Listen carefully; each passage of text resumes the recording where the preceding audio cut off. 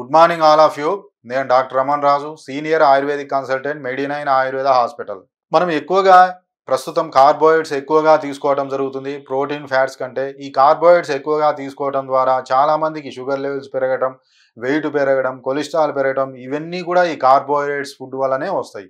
అందువల్లనే white foods avoid చేయాలనేది ఈ మధ్య వచ్చేటటువంటి వాదన. ఈ కార్బోహైడ్రేట్స్ ఎక్కువ తీసుకోవడం ద్వారా ముఖ్యంగా మన శరీరంలో కార్బోహైడ్రేట్స్ పెరిగితే దాన్ని ఆ గ్లూకోజ్ను మనం గ్లైకోజన్ రూపంలో మనకు లివర్ అనేది స్టోర్ పెట్టుకుంటుంది. ఈ గ్లైకోజన్ నుంచే మనకు కొలెస్ట్రాల్ కానీ ఫ్యాట్స్ అవన్నీ కూడా ఉత్పత్తి అవుతాయి. కాబట్టి ఎక్కువ కార్బోహైడ్రేట్స్ తీసుకోవటం, దానికి తగినటువంటి వ్యాయామం చేయకపోవటం వల్ల మనకు ఫ్యాటీ లివర్ అనేటువంటి ఒక వ్యాధి వస్తుంది. ఈ ఫ్యాటీ లివర్ అంటే మనకు లివర్లో ఉండేటువంటి హెపటోసైట్స్లో ఆ ఫ్యాట్ ఎక్కువ చేరుతుంది.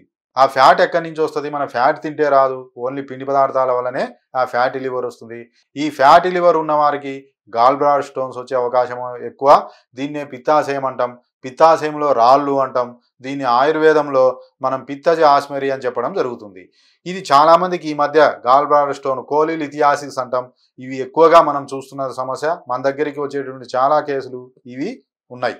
మరి అసలు స్టోన్స్ ఎలా వస్తాయంటే, లివర్లో కుడివైపు ఉంటుంది లివర్ మధ్యలో మనకు పిత్తాశయం లేదా గాల్ బ్లాడర్ అంటాం. పిత్తాశయంలో దానికి బాడీ, నెక్ ఉంటుంది. ఈ బాడీలో ముఖ్యంగా లిక్విడ్ ఉంటుంది, దాన్నే పిత్తరసం లేదా బైల్ అంటాం. ఈ లిక్విడ్గా ఉండాలి అంటే అసలు ఈ బైల్లో ఏమేమి ఉంటాయి? బైల్ సాల్స్, అదే బైల్ పిగ్మెంట్స్, కొలెస్ట్రాల్ 3 ఉంటాయి. ఇవి సమానంగా ఉంటేనే మనకు లిక్విడ్ రూపంలో ఉంటుంది. ఒక్కొక్కసారి కొలెస్ట్రాల్ పెరిగి ఈ బైల్ సాల్స్ తగ్గుతాయి. అప్పుడు ఏమవుతుంది? కొలెస్ట్రాల్ స్టోన్స్ ఏర్పడతాయి. ఆ పిత్తరసమే గట్టిపడి స్టోన్గా ఏర్పడుతుంది. ఒక్కొక్కసారి మనకు బైల్ పిగ్మెంట్స్ పెరిగి మనకు పిగ్మెంటెడ్ స్టోన్ అనేది ఏర్పడుతుంది. మరి వీటిలో లక్షణాలు ఏముంటాయి? కొలెస్ట్రాల్ స్టోన్స్లో ఏముంటుంది, పిగ్మెంటెడ్ స్టోన్స్లో ఏముంటుంది అంటే, కొలెస్ట్రాల్ స్టోన్స్ అనేవి కొంత వైటిష్ కలర్లో ఉంటాయి. ఇవి లక్షణాలు ఏముండవు. మనం దేనికోసమో స్కానింగ్ తీపిస్తే అప్పుడు గాల్ బ్లాడర్లో స్టోన్ ఉండదని తెలుస్తుంది. వాటినే మనం సైలెంట్ స్టోన్స్ అంటాం. అదే మనకు పిగ్మెంటెడ్ స్టోన్స్ అయితే కంపల్సరీ ఏమేమి లక్షణాలు ఉంటాయి? ఆకలి తక్కువ కావటం, లేదంటే మనం తీసుకుంటే ఆహారం జీర్ణ వ్యవస్థలో లోపాలు ఏర్పడటం, కడుపులో మంటుండటం, కుడివైపు నొప్పి ఉండటం, వామిటింగ్ సెన్సేషన్ ఉండటం, మోషన్స్ కావటం, జాండీస్ రావటం, ఫీవర్ రావటం, ఇవన్నీ కూడా మనం గమనిస్తాం. అయితే మనకు ఈ గాల్ బ్లాడర్లో ఈ బాడీ ఉంటుంది, నెక్ ఉంటుంది. బాడీలో ఉన్నంత వరకు మనకి ఇబ్బంది ఏముండదు. మా నెక్కు దగ్గర అడ్డుపడితే అప్పుడు సమస్య మొదలవుతుంది. నెక్కు దగ్గర పూర్తిగా రాయి అడ్డుపడితే ఈ పిత్తరసం అంతా బయటికి వెళ్లకుండా అక్కడనే ఉండి అది ఉబ్బి పగులుతుంది. అది పగిలినప్పుడు చాలా ప్రమాదకరం. అప్పుడు ఎమర్జెన్సీ సర్జరీ అవసరం. 100లో 90 కేసులు ఇలా కావు, ఈజీగా మందులతోనే తగ్గుతాయి.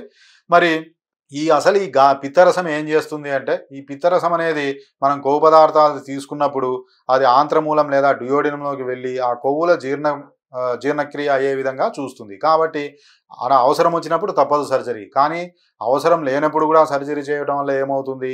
మనం ఎప్పుడైనా సరే ఫ్యాట్స్ కానీ కొవ్వు పదార్థాలు తీసుకుంటే అవి జీర్ణం కావు, మోషన్స్ కావటం. ఒక్కొక్కసారి అమీబియాసిస్ వ్యాధి కూడా, అమీబిక్ సిస్ట్ అంటాం, అది కూడా లివర్లో వచ్చే అవకాశం ఉంటుంది. కాబట్టి చాలా కేసుల్లో మనం ఆయుర్వేద మందులతో గాల్ బ్లాడర్ స్టోన్ అనేది పూర్తిగా తగ్గుతుంది. కానీ కిడ్నీ స్టోన్ అయితే మనకు మ్యాక్సిమం 2 to 3 monthsలో తగ్గుతుంది. గాల్ బ్లాడర్ స్టోన్ కొంతమందికి 8 months నుంచి 1 year వరకు అవసరం రావచ్చు. తగ్గుతుంది, కానీ టైం పడుతుంది. మరి ఆయుర్వేదంలో మనం ఎలా వీటిని తగ్గించుకోవాలి అంటే, అది కొలెస్ట్రాల్ స్టోన్సా, పిగ్మెంటెడ్ స్టోన్సా? కొలెస్ట్రాల్ స్టోన్స్ అయితే ఆయుర్వేద శాస్త్రరీత్యా కఫదోషం పెరిగింది, కఫదోషాన్ని తగ్గించే మందులు ఇవ్వాలి. పిగ్మెంటెడ్ స్టోన్స్ అంటే పిత్తదోషం పెరిగింది, పిత్తాన్ని తగ్గించే మందులు ఇవ్వాలి. కఫాన్ని తగ్గించే మందులు ఏంటి? వరుణాది కషాయం అని, త్రిఫలా గుగ్గులని, నవగుగ్గులని, ఇవన్నీ ఉంటాయి. అదే మన పిత్తాన్ని తగ్గించే మందులు ఏంటి? గులుచ్యాది కషాయం అని, మంజిష్టాది కషాయం అని, పటోల కట్రోహిణ్యాది కషాయం, ఇలాంటి మనం సెలెక్ట్ చేసుకొని ఆ మందులు ఇస్తే మనకు పూర్తిగా తగ్గే అవకాశం ఉంటుంది.